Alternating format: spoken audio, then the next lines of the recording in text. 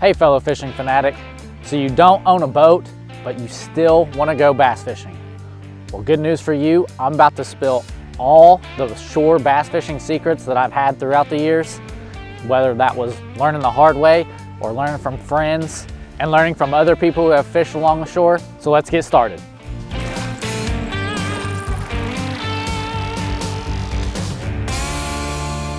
My name's Wesley Littlefield with anglers.com, and I've been shore fishing ever since I could walk. My parents gave me a pole and I took off down the bank, and I still haven't stopped. So I've picked up a ton of secrets and tips to share with you today. Now, if you find that this video is helpful in any way, I'd appreciate it if you subscribed, and also drop your best shore fishing tip in the comments down below. That way we can share and grow as a community. So the first tip that I actually took from professional bass fishing and applied it to shore fishing, and that is going on Google Earth and doing a little bit of scouting beforehand. You know, not just showing up to the spot and not knowing anything about it. I'll actually go and do a little bit of research ahead of time.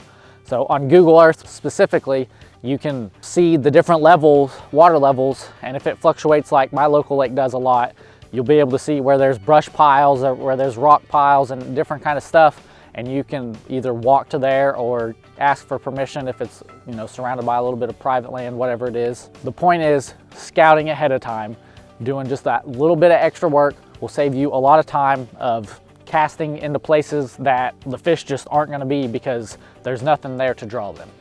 So once you've pulled up to the spot, it's still not time to just start fishing.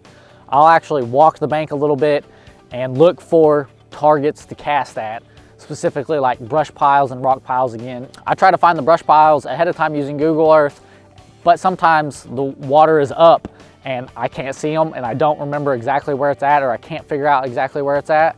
So I'll try to use my eyes.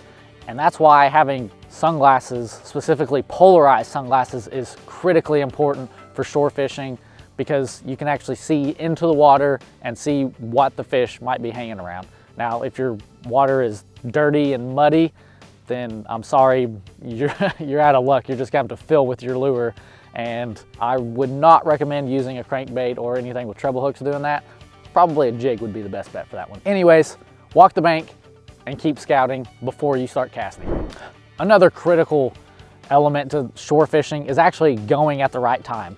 Now, throughout the year, bass go deep, they move shallow.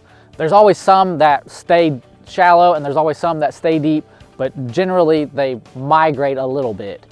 And for this, the reason why this is important is because if you're a shore fisherman, then when the bass are deep, it's gonna be really hard to catch them unless you just find a ledge and you can cast to the deep and cast to them.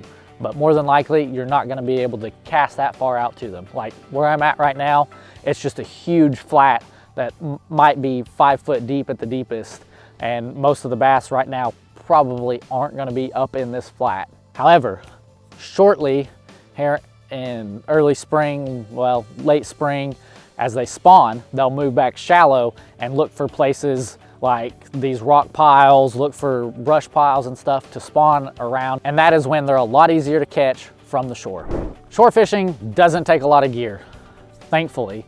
So I recommend keeping it really simple. You know, having 2, maybe 3 poles tops and a small to medium sized tackle box. And if you want to get real fancy, get a backpack or a bag tackle box, or to put your tackle boxes in. And that's really all you need.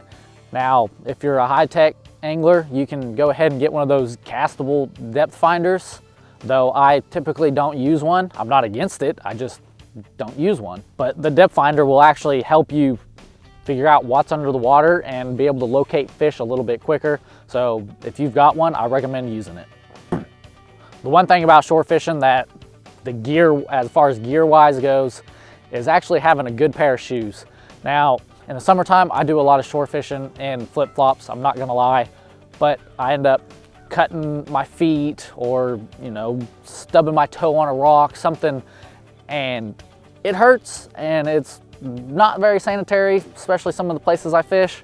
So I recommend at least always wearing tennis shoes, or even get you a good pair of hiking shoes. That way you've got a little bit of ankle support so you don't roll an ankle on a rock, because that's really easy to do along the shore anyways too.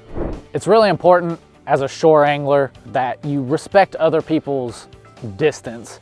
Now, this kind of depends on the angler, to be honest. I've had, some guys that they don't care if you stand next to them and talk to them the whole time. And then I've ran into people that if you're within 100 yards of them, they think you're in their spot.